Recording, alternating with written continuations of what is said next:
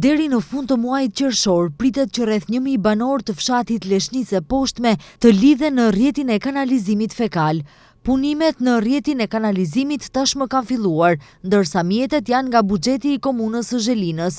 Gjatë inspektimeve të punëve që realizoi kryetari i komunës së Zhelinës Blerim Sejdiu, u tha se punimet vazhdojnë me ritëm të përshpejtuar dhe ndërkohë do të punohet që të bëhet edhe kyçja e banorëve në rrjet, ndërsa për kyçjen banorët do të duhet të paguajnë. Sipas Sejdiut, bëhet fjalë për një projekt që banorët e kanë kërkuar disa herë dhe tashmë filloi realizimi i të njëjtit. Një projekt që për herë të parë bëhet në këtë fshat, realizohet nga Komuna e Zhelinës në bashkëpunim normalisht me ndërmarrjen komunale publike, e cila është duke realizuar në terren. Bisedohet për një projekt që është i gjatë 2500 metër apo 2.5 km. Projekti i komunës është 175.000 euro projekt, që në këtë projekt 100% bëhet me buxhetin e komunës Zhelinës.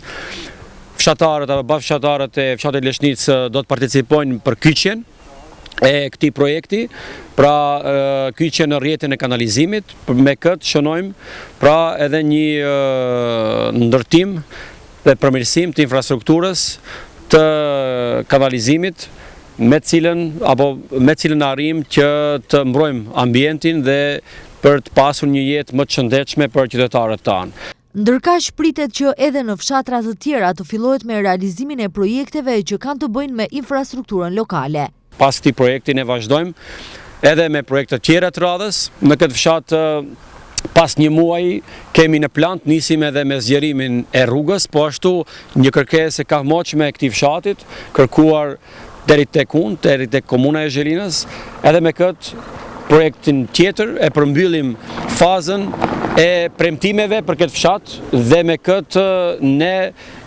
pas realizimit të projekti ne i përmbyllim për këtë mandat dhe për këtë fshat gjitha premtimet që i kemi premtuar. Përndryshe sa i përket kanalizimit fekal, gjendja në komunën e Zhelinës është se rreth 50% e fshatrave kanë kanalizim dhe 50% nuk kanë.